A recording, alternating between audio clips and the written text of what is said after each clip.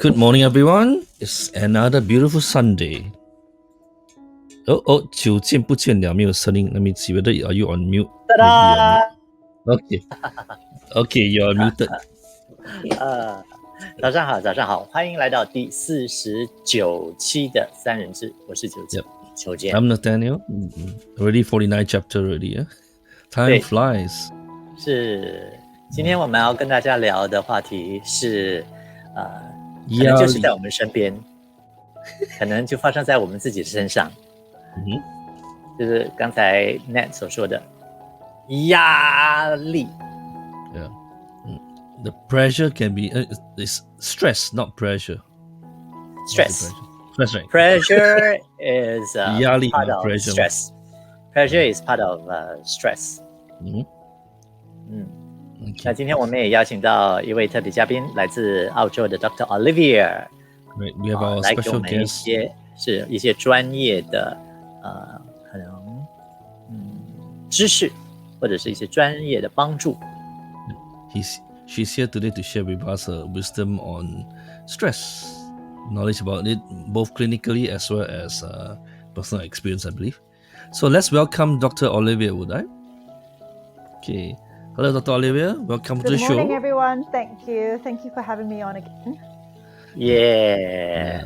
很高兴每次都能看到 Dr. Olivia 从澳洲，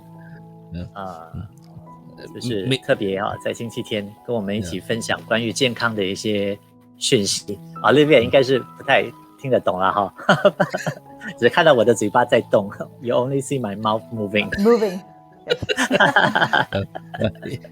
What he's trying to say is basically it's always nice to have a lady in the show because all the while you see two guys talking Yeah. Right. You have a good balance. I bring balance to the force. Yep. Yeah, so not so stressed. If not every time, I'm the only one taking Nat's lame jokes. All right. Hello. Yeah, you'll see the crow fly past already. Yeah. A lot of our guests are. Yep.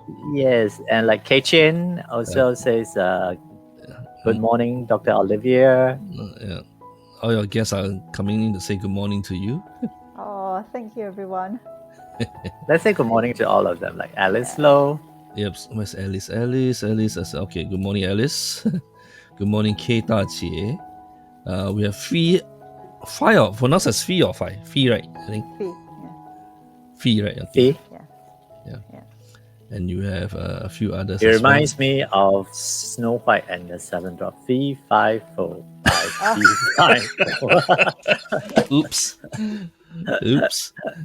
And you have our Chinese guest, Zhong Ming, right? 祝福吉祥平安健康, right? Yeah, yesterday was Labor Day. 没记错的话，对吧？ Yesterday, Australia celebrates Labor Day. It may be in Queensland, but I'm in New South Wales at the moment in Sydney, and we didn't have a public holiday yesterday. Oh. Okay. Yeah, So I'm no in Sydney holiday. at the moment for work. No. They don't practice Labor Day in Australia? They do, but every state is different. So let me just have a look. Tomorrow, Labor Day is being celebrated as a public holiday. Well, actually, I don't know if it's a public holiday, but Labor Day is being celebrated tomorrow in Queensland. Only in Queensland. Apparently. Interesting. But because I don't work in a bricks and mortar medical center or anything like that, I only deal with mostly private patients. I don't observe weekends, and I don't observe public holidays or anything like that. I'm on call all the time. So stress should be your friend. So stress is not. everyone thinks that stress is a bad thing. It's not. It's how you deal with stress that's the problem. Right? Okay. So, Yes. you know, and stress is a very subjective experience. So, you know, if the worst thing, if you grew up in a very, very privileged lifestyle and privileged family, if you broke your nail, that's stressful. It's a stressful event for you, right? But True. that you can't invalidate someone's experience because it's not something that you think is stressful, right? Because I see a lot of patients who will come to me and they'll be unwell for whatever reason, or they'll go through a stressful period, like, you know, they're fighting with their brother or whatever it may be. And a lot of patients say at the end of their little rant, they'll go, oh, but I know that lots of people have it far worse than me. Or you'll have those parents trying to make their kids eat, and they'll say, just think of all the starving children in Africa. Now, you cannot live your life according to these sorts of parameters, because there is always going to be someone worse off than you. Society is going to invalidate you. You shouldn't allow yourself to invalidate you. In other words, if you go through something and you feel it's stressful, it's stressful. It's a subjective experience. Stress is not an objective experience. Then, if you feel, having had hopefully enough exposure to people around you, you understand that it probably shouldn't have affected you as much as it should, that's where you take your lesson from. That's when you go, okay, how do I learn to deal with stress better? And that's where the learning is. If you don't have any insight and you have a stressful event and you carry on and you choose not to learn from it, you choose to allow that stressful event to have a hold on you, that's the problem, not the stressful event. Stressful events happen all the time. Okay. Yeah. What Dr. Olivia is saying is that actually you allow, you know, it's natural, and it's also sometimes actually healthy to have good stress.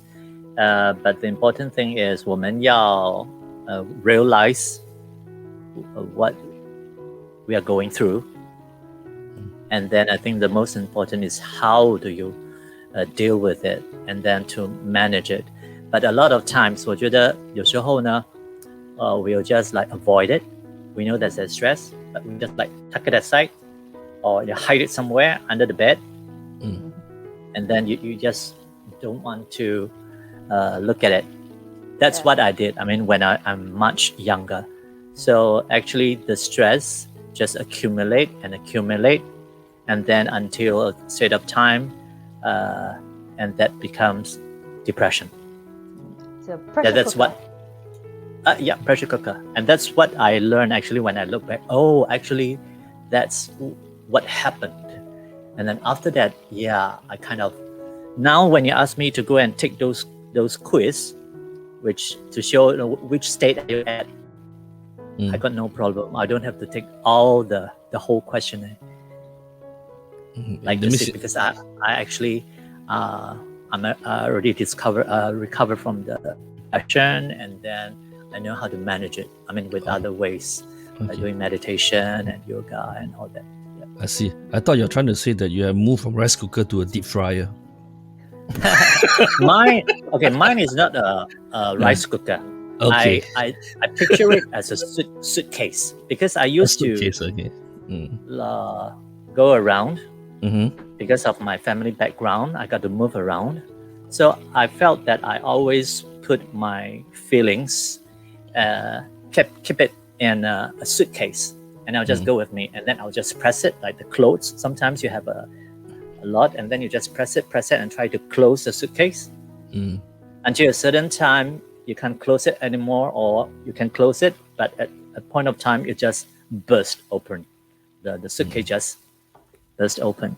Yeah. So to me, it's a suitcase. Dr. Olivia mentioned earlier about a person's perceptions of stress is different from the other, which is also very true from what I know about those people who, let's say, who has never eaten sweet stuff, and suddenly was introduced sweet stuff. From there, the craving started. You just eat more and more and more, and suddenly there's an overload. and that is also stress, isn't it so? You mean as a sugar being something that adds to stress in your body physiologically? Yep. Yeah. So we know so much now about the gut microbiome and about the fact that a lot of neurological, psychological issues can actually be linked to the gut microbiome. We know that the gut microbiome can sometimes direct you to eat certain foods because that's what the gut microbiome wants. And that's sometimes what is behind cravings. If you have or suffer a yeast infection, for example, and I don't mean an overt yeast infection where you're scratching yourself. I mean, there's more yeast in your gut than there should be. You actually have cravings for sugars because that's what yeast eat. They use sugar for fermentation and for metabolic processes.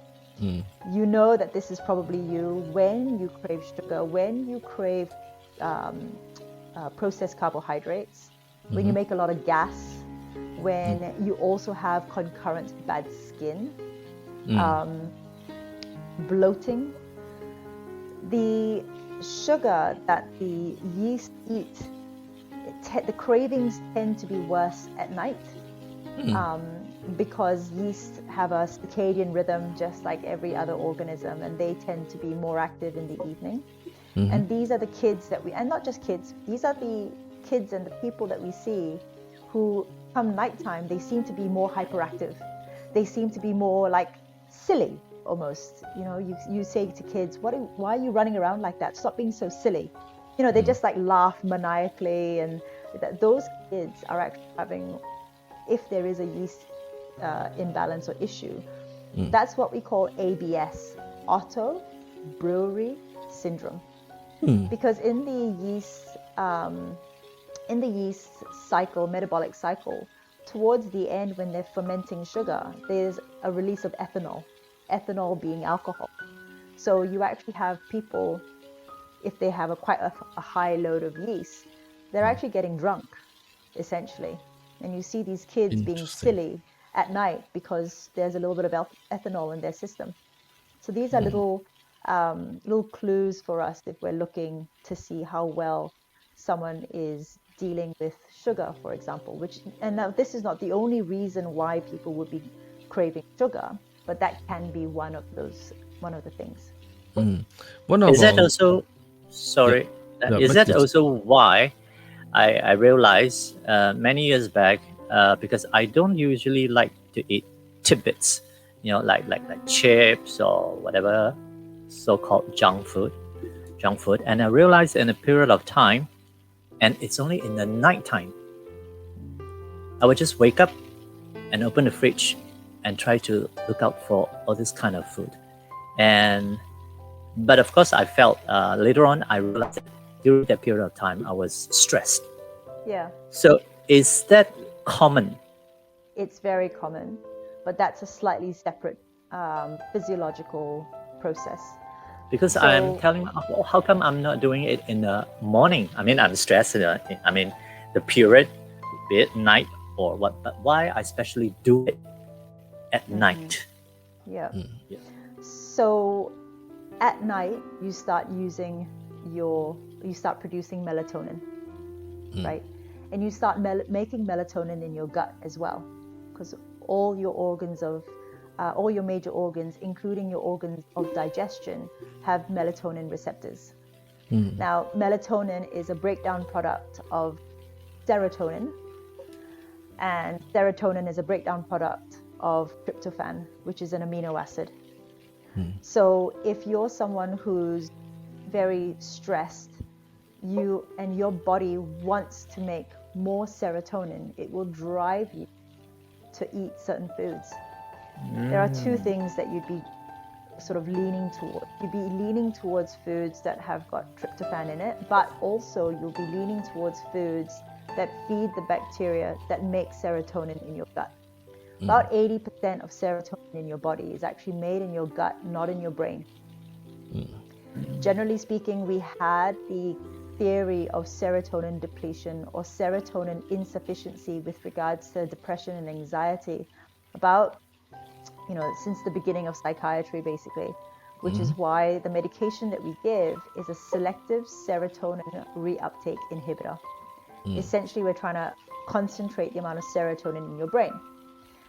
Now, that theory is probably true for a lot smaller percentage of people than we were once led to believe, which is why now the forerunner theory of depression is not a serotonin issue. It's actually a neuroinflammation largely driven by a gut dysbiosis. If your gut bacteria are not happy, it is actually going to drive an inflammation throughout your entire body, leading to a neuroinflammation, leading to signs and symptoms of anxiety and depression.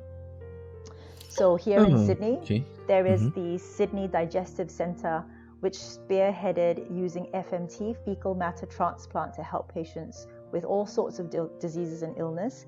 And they were able to see, and this has been shown in studies, that you put some like good poo in someone who's got Crohn's disease, and miraculously their depression also clears up.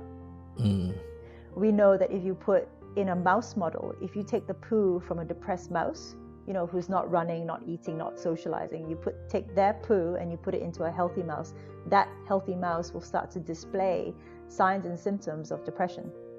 So there definitely is a link. So I don't even know where I am now, but so there can be various reasons for why you're driven to eat certain foods at night.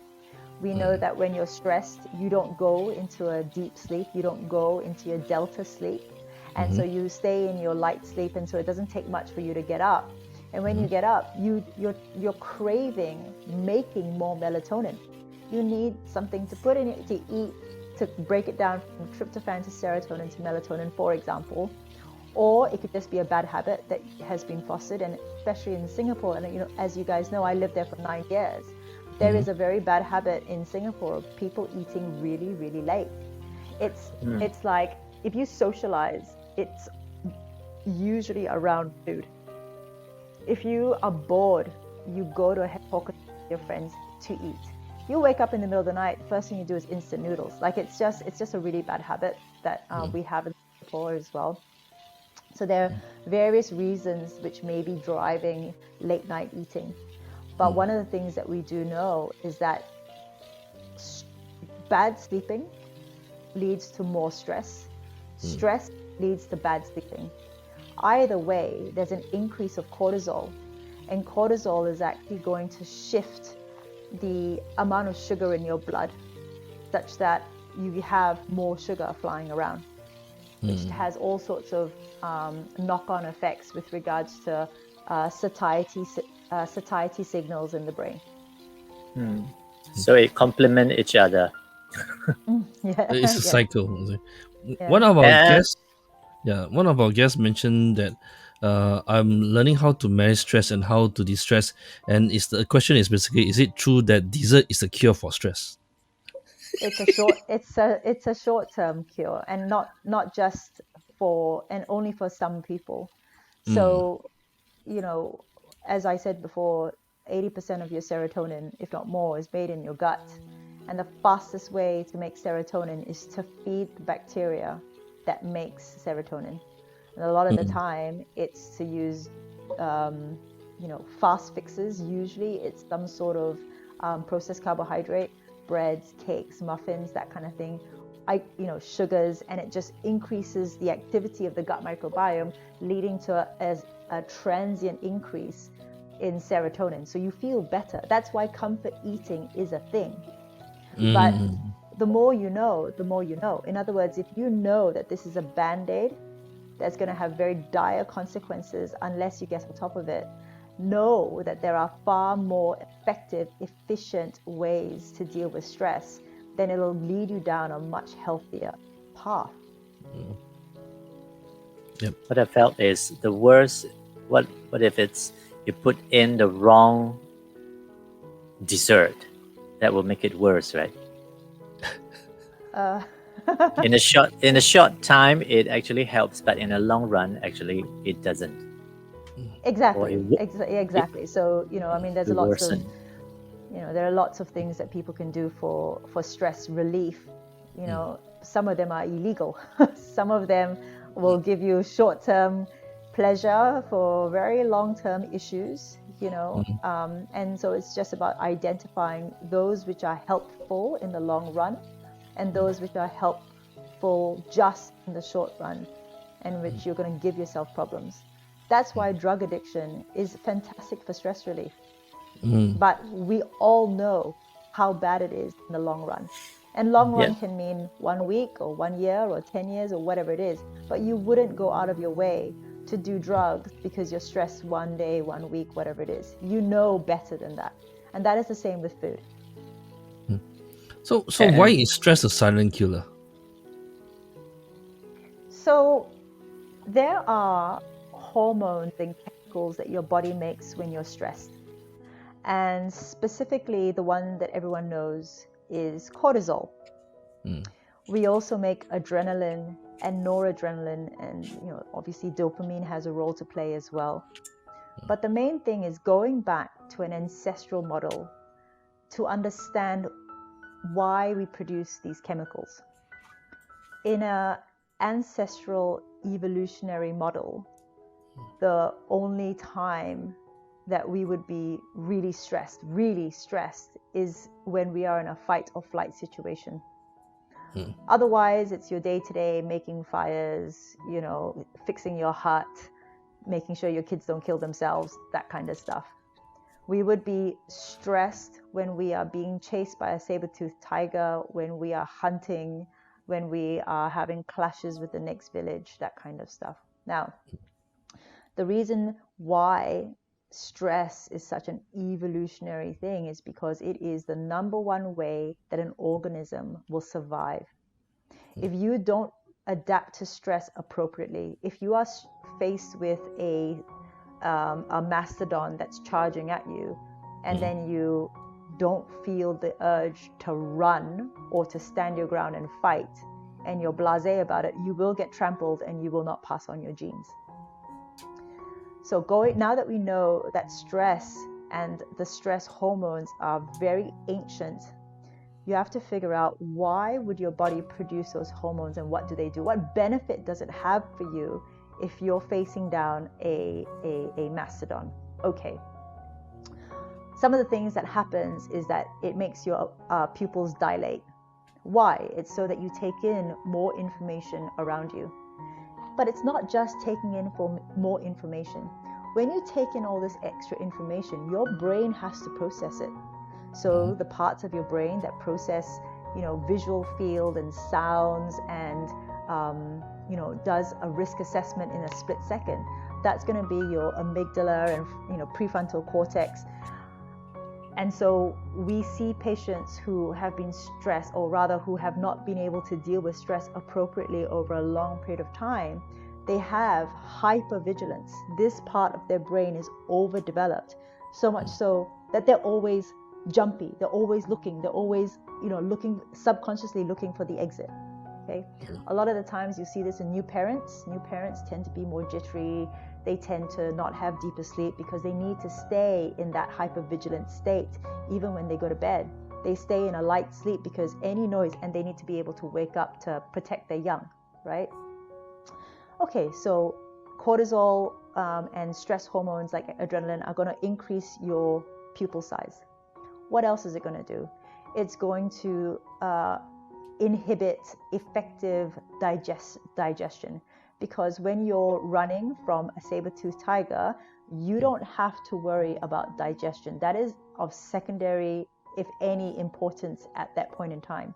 It's going to direct every single bit of energy and blood flow to your muscles to make you tense and be able to sprint or be able to fight. Now, what other processes suffer when you're stressed?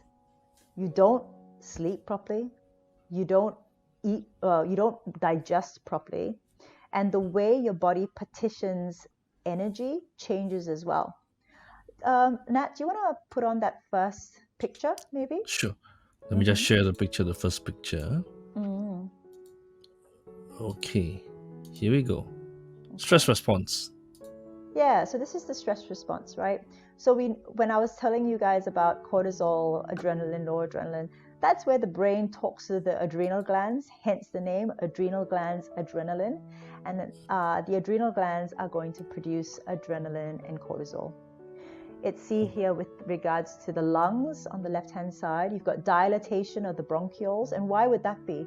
You want the bronchioles to dilate because you want extra oxygen to be coming in with every breath, because you want extra oxygen to your muscles, because you want to be able to run. You want extra oxygen to your brain because you need to be able to process the situation.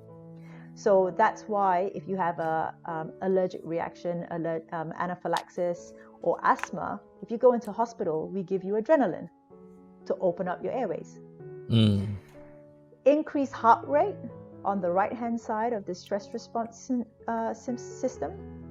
Obviously, increased heart rate means that we can pump more blood to our brain and our muscles so that we are able to be better equipped to run or fight. Down the bottom, you've got an increase of glucose because glucose is energy. That's why when people are stressed, they wind up churning through their glucose and then they crave sugary stuff, or they crave processed carbohydrates, which break down into sugar very easily. Next, as I mentioned before, we've got decrease in digestive system activity because, like I said, when you are running from an enemy, your body is not going to prioritize digestion of your food. Increase of blood pressure is very much linked to the increased heart rate. It basically gives you more blood, more oxygen to your muscles. Now, the next picture, Nat. Yep. Okay. With regards to cortisol, we've already basically talked about the digestion issues, the high blood sugar, because your body's trying to give yourself more energy by way of moving glycogen stores in your liver and glucose. But we also see right at the top a weakened immune system. Why would that be? Essentially, if you're running from a saber-toothed tiger and you cut your feet open on the rocks because, we're ancient beings, we're not wearing shoes, your body is not going to redirect any energy into healing itself because its priority is for survival. Its priority is to make you run away.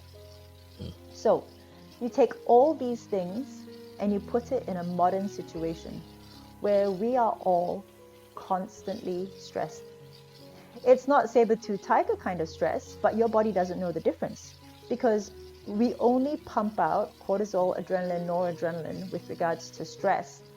Your body doesn't know the difference between these hormones being pumped out because you can't find your car keys, or you're having a showdown with the cannibal outside your village.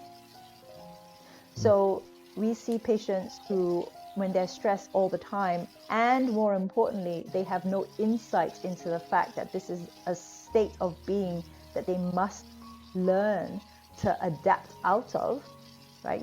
You've all met that person who something's constantly wrong. They're always complaining about something. They're, always down about something. They're always fighting with people. These are people who are so hypervigilant, who are so used to being in a fight-flight stressed state. They have no insight and don't realize that the way they are is not appropriate and is basically going to kill them. It's a silent killer because all these things are happening. They're giving themselves heart issues and high blood sugar, which can eventually lead to insulin resistance. They've got digestive issues, which means that they're not able to absorb as well the vitamins and the minerals that they need. They get anxiety, depression, headache, can't sleep properly. They get weakened immune system. And that's why, anecdotally, people who are very stressed are more likely to get cancer. Of course, there are other factors involved. And wouldn't that be like never-ending story if that person, and I agree with what Dr. Olivia says, because I've met a few friends or even classmates or in that kind of state, then how do we help them? Is there any way to help them? Yes. Look, the most important thing here is that people realize that this is not a natural state of being. If they understand, which is what the whole point of what you guys are doing with this Power of Three situation is that, or broadcast, is that you're trying to educate people that if they are completely stressed, that it's dangerous. People have to want to not be in the position that they're in. Unfortunately, you're dealing with a lot of, psychological issues. And sometimes people wind up being married to being in a state of stress because that's how they get attention from their spouse, maybe, or their parent. If something bad happens or they catastrophize something, that's when the parent goes, "Oh no, I'm so sorry. Are you okay?" and all that. You're basically teaching your child that the only time they're going to get real attention from you, or they're going to get affection from you, is when something bad happens to them. And so after a while, they see the bad in everything, or they look for bad things to happen to them, or they manifest it, whatever it may be. How we perceive what is happening to us is going to inform whether or not you believe that the state that you're in is the state that you want to be in. A lot of people I can see, like Alice, she says here that she learned from her mentor that meditation and yoga can help reduce stress. People seek those answers because they're asking the right questions. It's like, I am stressed. I don't want to be stressed. How do I decrease stress? And then you have people coming out the woodwork being able to help you because there is always more. There is always better. It is the fact that patients don't realize this. And that's the first hurdle. You have to want to change. You have to want for your situation to be better. When you're asking the right questions, you start to get the right answers. Yeah, so that's what I also told my students. Sometimes I think as an adult, I'm not talking about young children or small kids or even teens. For adult, I think we are pretty clear sometimes what answers we will get from what type of people that we are with, like our friends or whoever. So I always share with them that find the right people and get near or more opportunity or chances, expose yourself to people with more wisdom or more positive energy that would be able to give you, the kind of answer that would help to solve your problem, or rather than to help you to manifest your problem. And I see actually a lot of people is helping each other to manifest their problem and their issues. That's right, because they wind up in an echo chamber and that's why gossiping is so dangerous. If you catch up with your friends and you realize that the majority of what you're talking about is other people, you're the problem. You're gossiping. All you're doing is just multiplying bad vibes, because people who are weak-minded talk about other people. People who are strong-minded talk about ideas. So if you gossip with your friends regularly, you know that you are actually part of the problem, and you need to learn some insight to make sure that you're actually starting to step out of that. And that's a lesson all of us have to learn, because, it's one of those things. It's easy to talk about other people, right? It's that commonality. I know this person, you know that person, and then I start talking about that person, and then you start talking about that person. And then before you know it, you're gossiping. So it's just a bad habit. I like what Olivia says. What smart, negative people talk about gossip, they gossip, but positive people talk about ideas. So whoever listening, let's talk about ideas. Exactly what you guys are doing with Power of Three. You're talking about ideas, right? So congratulations. You're actually adding to that positive energy you're putting out there. Thank you. Now, you mentioned earlier about the iris dilation. I remember the thing about whatever that you focus on expand. So if you're focusing on the saber tooth is coming at you, it's going to be very big. So in a situation where in modern society, when it comes to early in the morning at 9 a.m., based on circadian cycle, we're supposed to be going out there to be on the field to work. However, in a cosmopolitan society, we'll be on a train going to the office. So That's so you're not gonna true. sweat. You're not gonna sweat out. Your eyes won't be dilating because you're not fighting a bear or a saber-tooth tiger. So you are actually going through stress itself, but you're not releasing it. Am I right? Yeah, so it's interesting you said that because absolutely, when people are stressed and they have a problem that they're trying to solve, that's why sometimes that problem can seem so much larger than it is because you are hyper focusing, right? You are tunnel visioning in. And that's why they keep saying, we've got little phrases like you have to see the forest for the trees, or when you're too close to something, you're not no longer objective. And that's why, Giuliani was saying it's really important to have a group of people that you can speak to who are going to be insightful and help you gain some perspective. But also there is value in taking time out of whatever situation you are in, taking that deep breath, not sending that email just after you type it, right? Sleeping on things, all that kind of thing. Because when you take a step back, sometimes you can see the whole picture and you realize that the problem really wasn't as big as you thought it was. I still remember at my younger days when I'm in the radio station, I used to be a very strong-headed character. That's when I was like 27, 28. I always react very fast, split moment. Until a certain point of time, I thank my boss for doing that. He said, don't respond. Yeah. Don't respond. And I like stunned.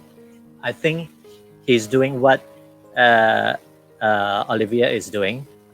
Give yourself some time to think, to filter, and you might see things differently.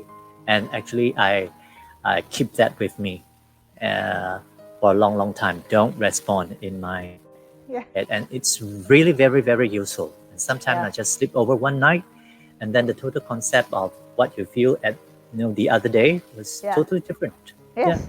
Yeah, I do that with emails. Sometimes if I get an email that I think, because don't forget, it's so subjective, right?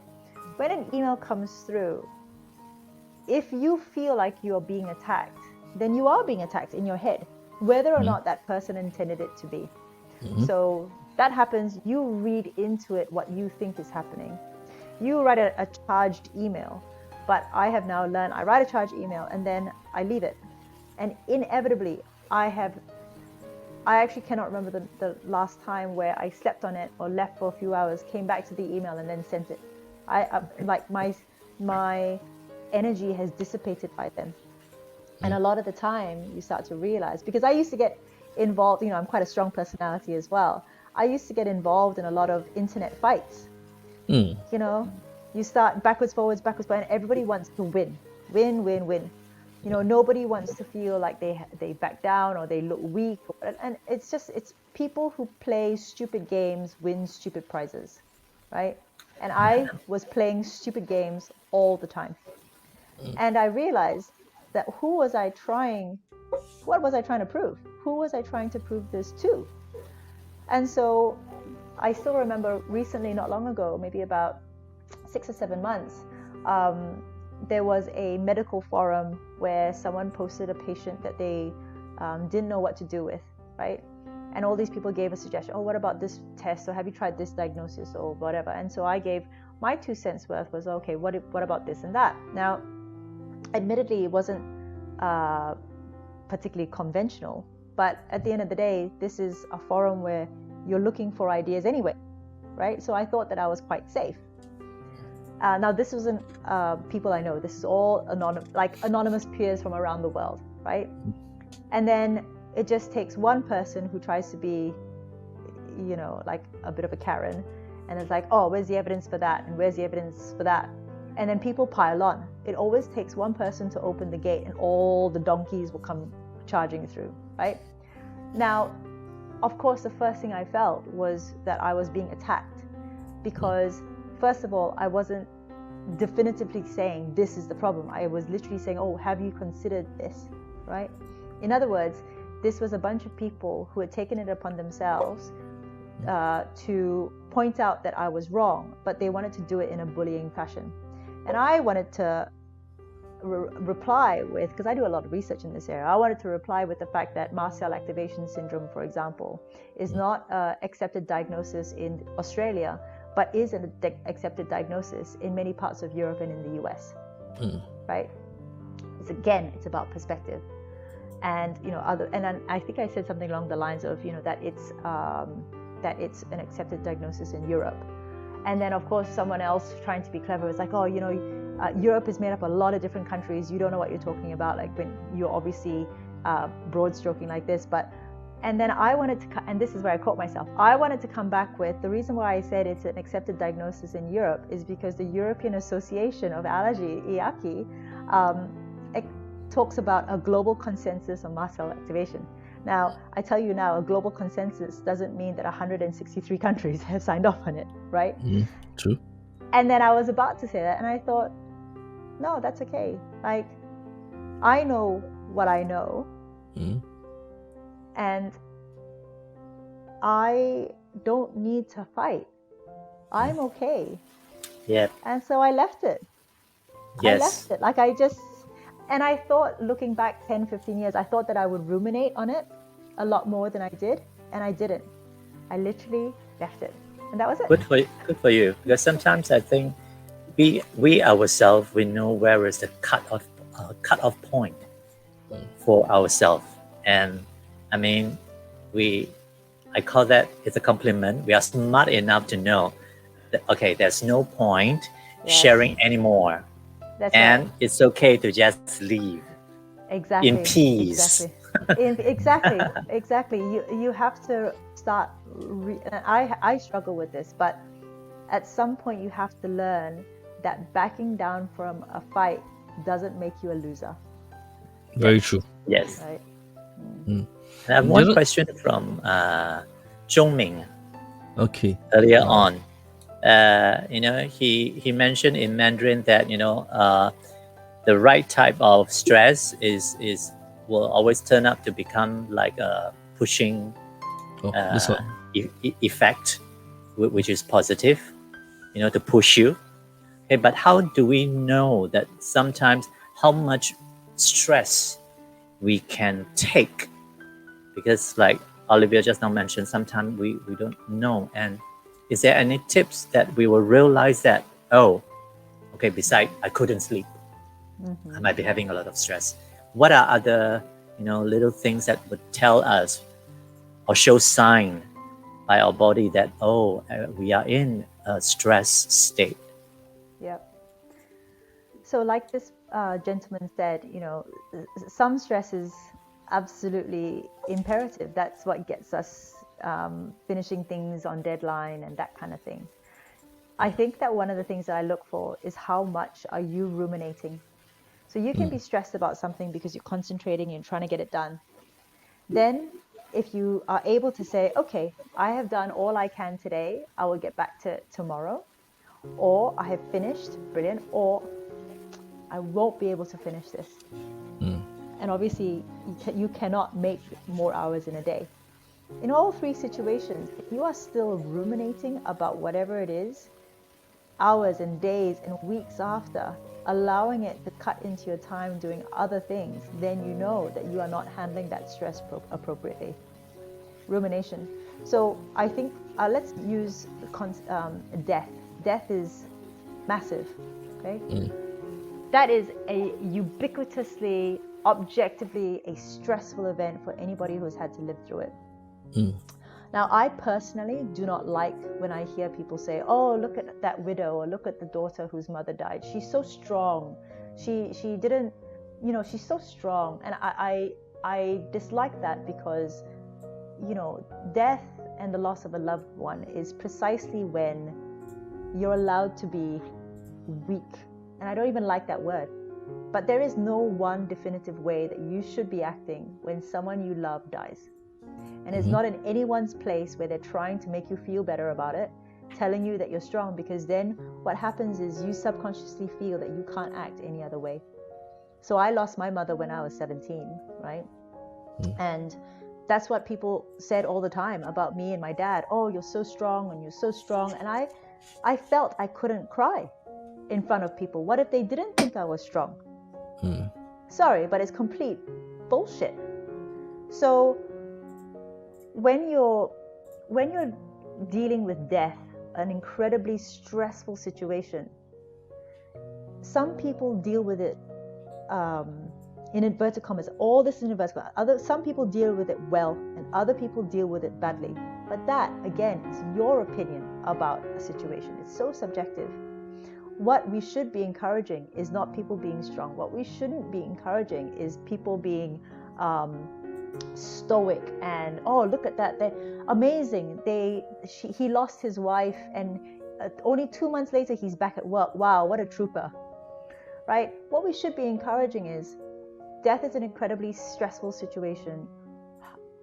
Are you getting the help that you need in a way that you understand for the kind of stress that you are experiencing? And start realizing that stress is a very, very personal, individual journey. In other words, the gentleman was saying, it's like, how do you know when you're really stressed and all the rest of it? You don't. What I think is important is that nobody is born knowing how to deal with stress. Yeah.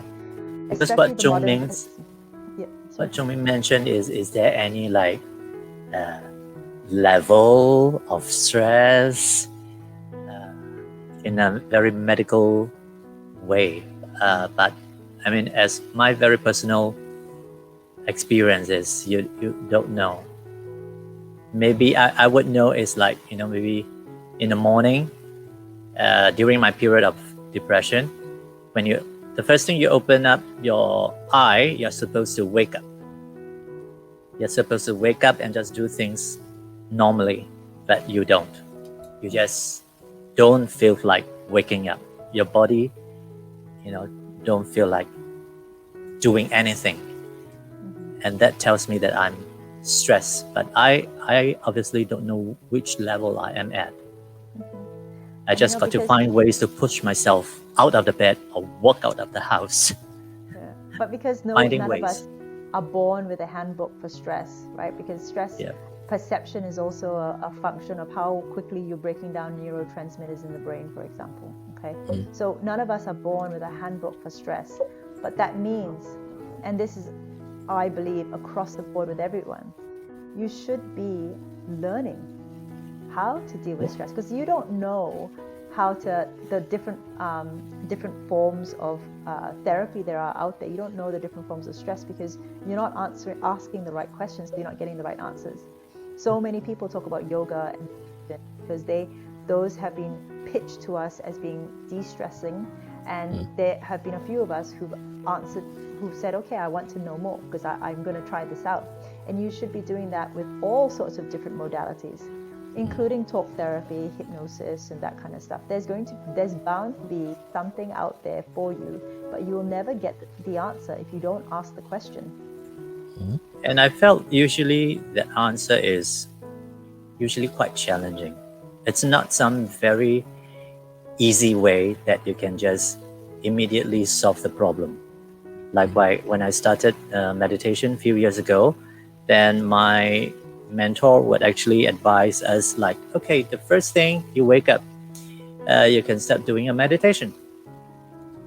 Like 6 o'clock, just start with a short meditation and then maybe exercise a little, to kickstart the day.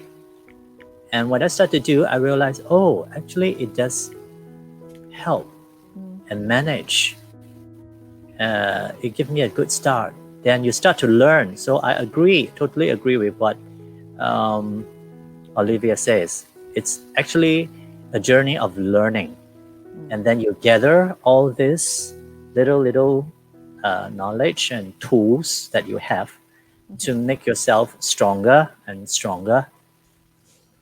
And because what my doctor says is also very true. He said, okay, sometimes we are human. We have all emotions, and sometimes down, sometimes up. And you got to learn how to manage that and find ways to deal with it. And that's what I did. And it has been really helpful.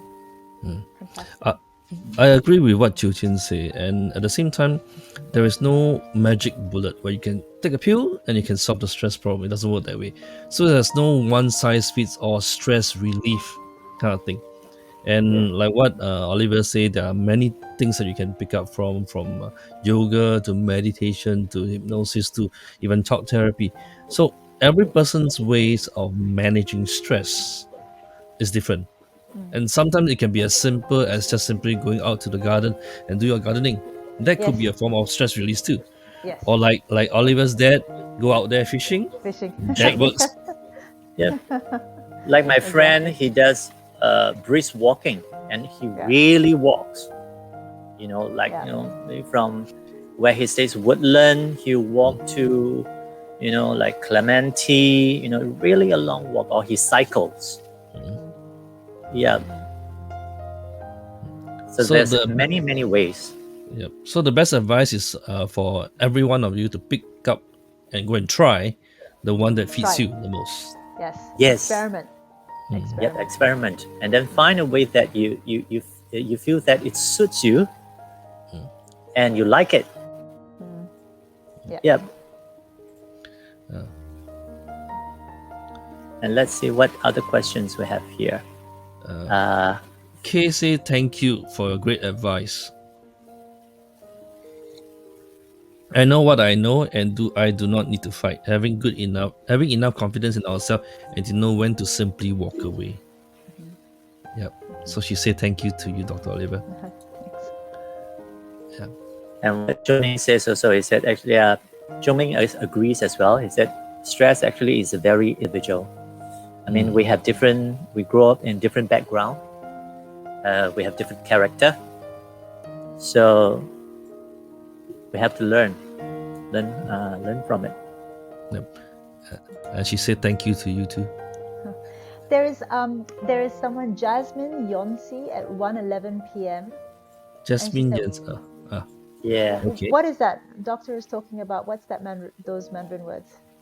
Bullying. Oh. Bullying. 霸凌. Oh, 霸凌 is bullying. Okay. Yeah, 霸凌 is bullying. Because I think what you mentioned is about a bit bullying. It happens.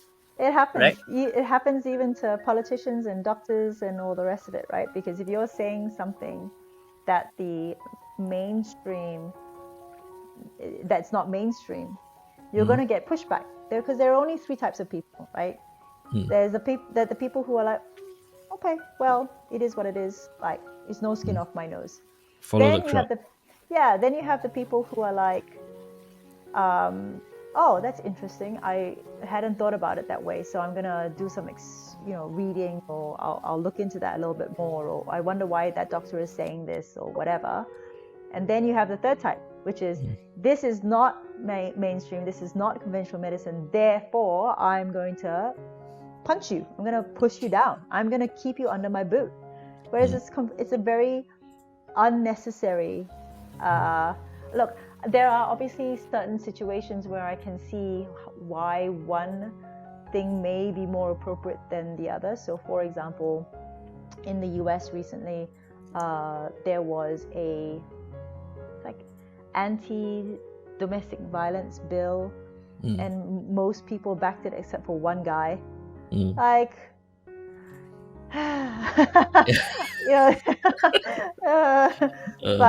most of the time, you have to assume that people come from especially if they're doctors, right? You have to assume that they're coming from a perspective where they're trying to help the best that they can, and they're not trying to cause harm. And if their views are contrary to yours, the question should be, as good scientists, is, why do you think that way?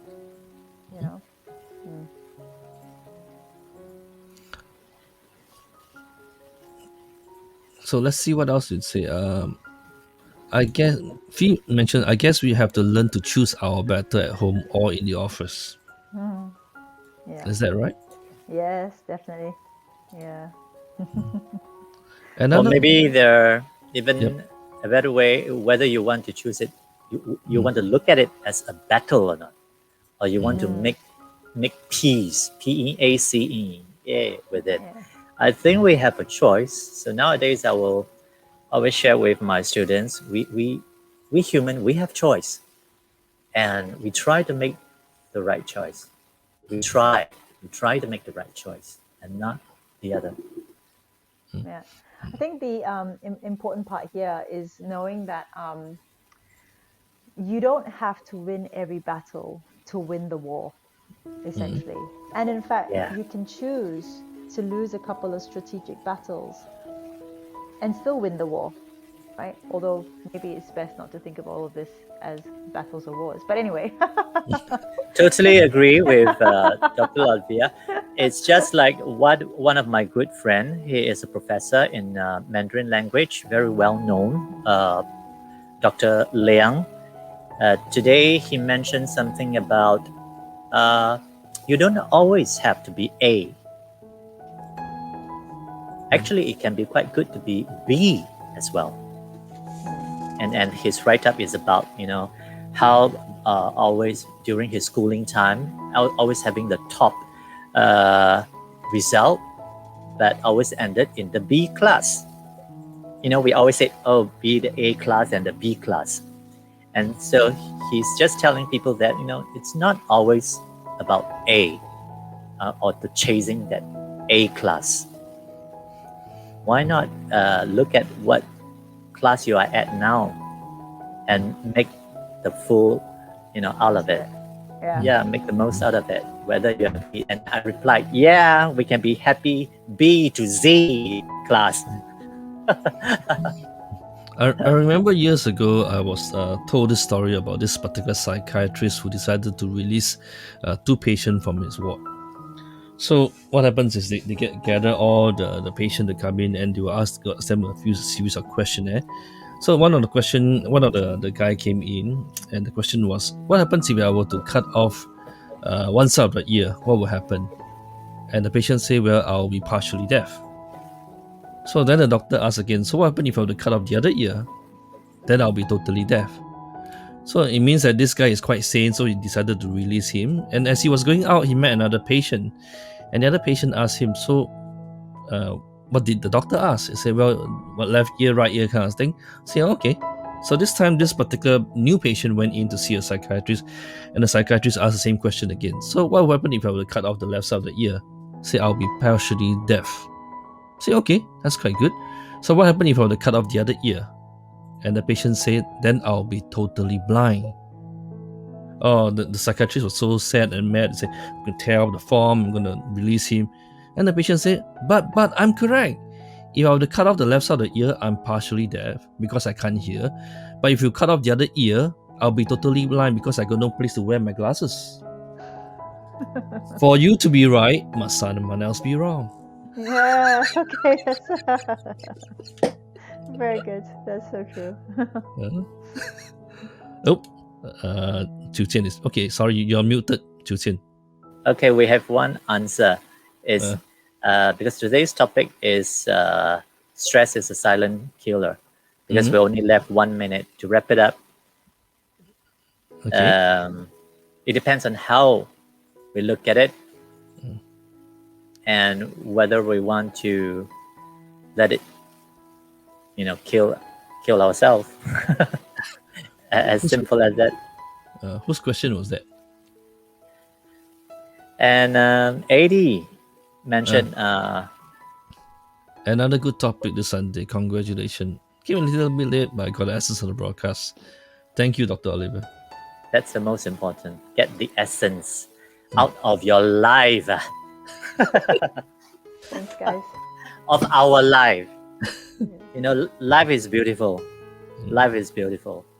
I've already all planned what I'm going to do for today. Oh, very good. the key thing about this program is basically to share our information and ideas so that the general public can gain as much insight as possible. And then Yes. the options leave it to the general public to evolve and grow, because that's all we can do. That's the beauty part of it, right? That's the beauty part of it. Yeah. So we'll be seeing Dr. Olivia Next month. in June. Yes, in June. Okay. Yeah. All right. Is it in June? Yes, in June. Yeah, correct. We'll see you in June. Which part of June? Oh yeah, the 20th of June. 20th of June. All right. 20th of June. Yep. Yeah. Yeah. If you're not getting what you want, change the way you do things. Yep. Okay. It's about choices again. Yeah. All right. Brilliant. Thanks So- very much. Thank you, Dr. Olivia. Thank you, Dr. Olivia, for coming on our show. Yes. Okay, great. So we'll see all of you all next week at 10:30 a.m. on the Power Tree. All right. Okay. Bye, everyone. Bye, everyone.